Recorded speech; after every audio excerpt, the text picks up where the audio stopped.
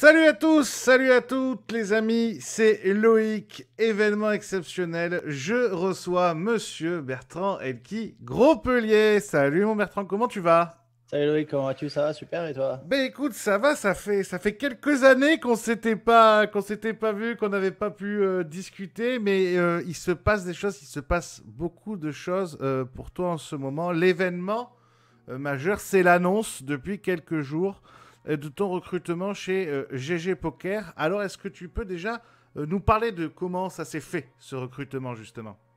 En fait, je suis ami avec c'est incroyable d'ailleurs comme histoire. En fait, le fondateur de GG Poker et le directeur, on était amis depuis plus de 15 ans.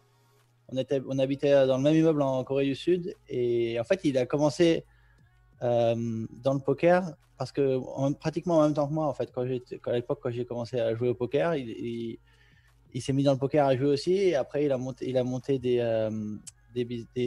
comment dire, Des affaires?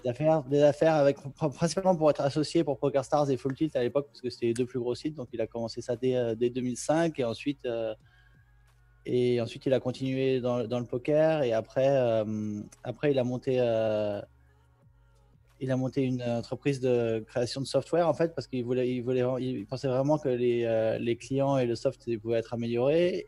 Et il n'y a pas tant de boîtes qui étaient intéressées. Et donc, du coup, en 2014, il a carrément lancé sa propre room qui est GG Poker. Et on en est là aujourd'hui. Donc, on était amis depuis longtemps. Donc, je le connaissais bien. Mais c'est vrai que depuis les premières années, en fait, il s'est concentré plus sur le marché asiatique.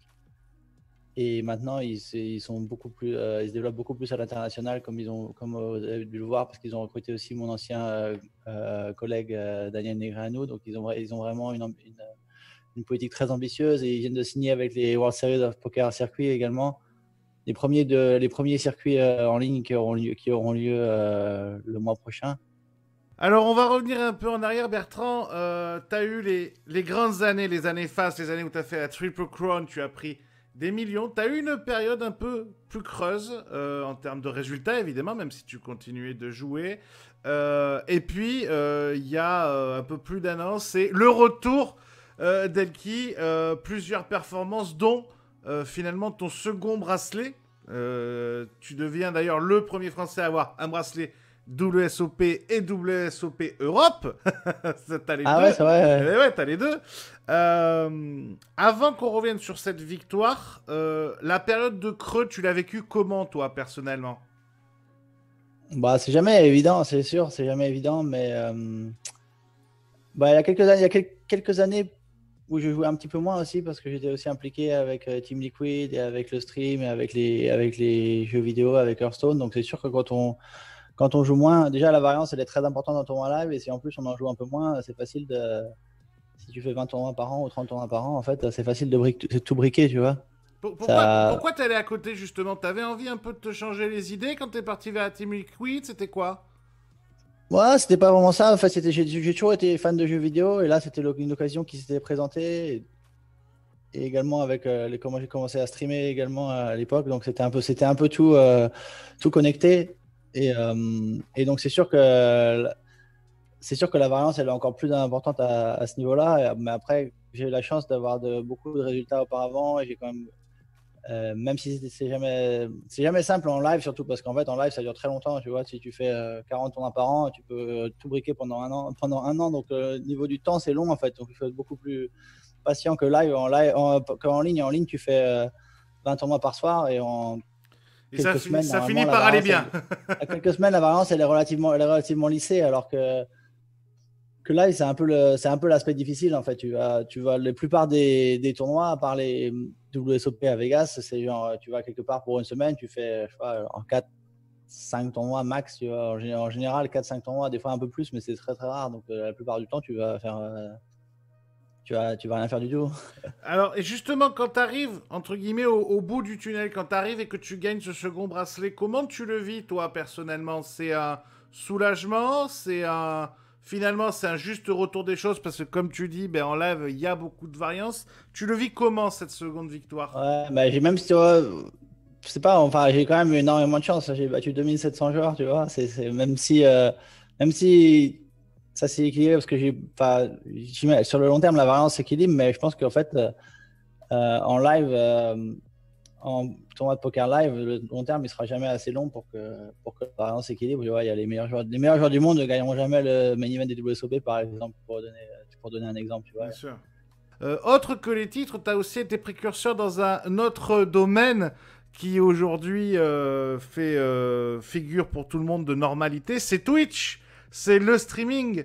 Tout le monde stream aujourd'hui. Je sais pas si tu vois en France, c'est incroyable le nombre de streamers qu'il y a. J'en discutais il y a pas très longtemps avec Yo Viral et Yo m'a dit, mais si je stream, c'est grâce à Bertrand, c'est lui qui m'avait dit pendant.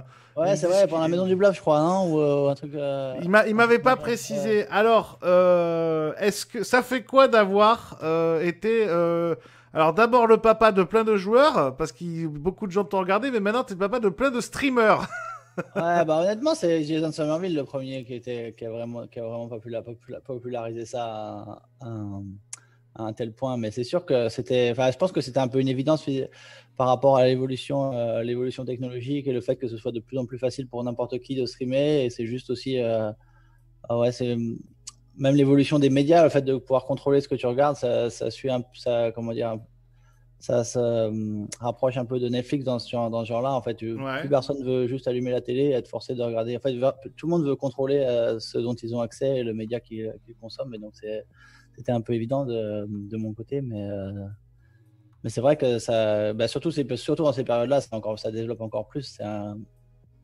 C'est assez impressionnant le développement de tous les streams et du poker. D'ailleurs, je vais streamer aussi pour GG Poker. C'est ce que j'allais dire. T'avais un peu arrêté et là, tu t'y remets là. Je me suis remis dimanche dernier. Je vais streamer tous les dimanches, soit sur ma chaîne, soit sur celle de GG Poker, et également les aider pour l'implémentation de la stratégie et vraiment trouver du contenu fun et faire ça beaucoup plus fun aussi, parce que streamer c'est fun, mais ça peut être long. Le poker, en fait, c'est un super jeu. On adore tous y jouer, mais très souvent, ça a les défauts justement que regarder du poker, c'est un peu lent en fait. À part si tu es vraiment très très fan, genre regarder une table finale de poker, ça peut durer 10 heures. Et ça peut être très chiant. Ça peut être très chiant. Si t'as pas de chance, que tu tombes au moment où c'est genre raise, fall, tu vois, il y a des moments où à cause de l'ICM, en fait, tout le monde doit jouer relativement serré, en fait, surtout en table finale. Donc, si tu as genre un mec qui a 6 blinds et 4 qui en ont 20 et un qui en a 80, le mec qui en a 80, il va regarder tous les coups jusqu'à ce que les autres ils vont tous folder jusqu'à ce que le mec ait 6 blinds boss. C'est pas très. C'est pas très fun. Pas très spectaculaire, tu vois. C'est pas très spectaculaire. Donc, ça dépend des moments. Mais même début de tournoi, c'est pas si fun que ça à regarder. En fait, il y a ça peut être intéressant à regarder, bien sûr, mais en fait, il y a quand même une déconnexion entre le fun que tu peux avoir à jouer et à regarder. Souvent, c'est pas du tout aussi fun à regarder qu'à jouer, en fait. Alors qu'il y a d'autres disciplines ou sports, ou l'e-sport, par exemple, c'est souvent plus fun à regarder qu'à jouer, par exemple, genre StarCraft ou ce genre de jeu, parce qu'en fait, jouer techniquement, c'est impossible de reproduire ce que les joueurs font et surtout c'est beaucoup plus rythmé, mais on peut pas vraiment comparer des jeux qui sont sortis les dernières années et qui ont été maintenant les jeux vidéo qui sortent, en fait, ils sont carrément dans le design du jeu, en fait, ils prennent en considération le côté e-sport. Non seulement le côté e-sport est compétitif, mais aussi le côté spectacle, en fait. Donc, pour être sûr qu'il y ait de l'animation en permanence, pas que ce soit un jeu qui soit juste très compétitif et que les meilleurs joueurs gagnent et qu'il y ait un seuil de skill très élevé, mais faut que ce soit visuel, quoi. Que ce soit visuel et qu'il y ait de l'action en permanence et que ce soit fun à regarder et que les parties durent genre 20-30 minutes et pas des parties qui durent de 4 heures, parce que personne maintenant l'attention de tout le monde, en fait, elle se réduit de plus en plus parce que le média qu'on consomme, il est quand même de durée de plus en plus courte, donc t'as pas envie de regarder un truc qui dure 4 heures, tu vois. C'est intéressant ce que tu dis, ce sera ma dernière question. Là où beaucoup ont arrêté, où beaucoup ont perdu du crédit en tant que joueur, en tant que personnalité publique, toi, justement, tu as toujours eu le crédit maximum, t'as toujours été dans le cœur des gens, etc. Est-ce que c'est justement parce que toi, tu as su t'adapter? Est-ce que tout ça, c'est qu'une question d'adaptation? C'est pas qu'une question d'adaptation. L'adaptation, c'est très important, mais c'est pas que ça, je pense. Peut-être, il y en a beaucoup qui n'ont pas forcément qui avait, peut-être comment dire, une forme de lassitude et, par rapport à ce milieu, par rapport au. C'est vrai que c'est pas toujours facile la vie de joueur de poker de tournoi. C'est aussi très, comment dire, quand tu vois dans les articles, dans les magazines, tu as l'impression que c'est le truc le plus facile au monde, mais en fait, c'est pas. On gagne des millions tous les ans en allant, en voyageant. Il peut y avoir des périodes beaucoup plus. Comment dire, j'adore ce que je fais et j'ai vraiment de la chance de pouvoir jouer au poker professionnellement et d'avoir eu tous les résultats que j'ai eu, mais c'est quand même pas non plus aussi facile que ce que tout le monde veut. Parce que l'image publique, elle est un peu trop. Un peu tronqué. Un petit peu. Bah, c'est un peu dans tous les. Je pense que c'est dans tous les domaines comme ça. En fait, il y a aucun domaine qui est vraiment. En fait, tu montres que les, comment dire, les points de vue qui sont les plus positifs, alors que la réalité positifs, est un peu alors différente. Que c'est jamais vraiment totalement blanc ou noir. Donc après, je sais pas si c'est. Pour répondre à ta question, je sais pas si c'est que l'adaptation. C'est vrai que l'adaptation c'est important, mais il y a tellement de facteurs qui entrent en compte dans ce genre de situation que c'est assez difficile d'en sortir un seul.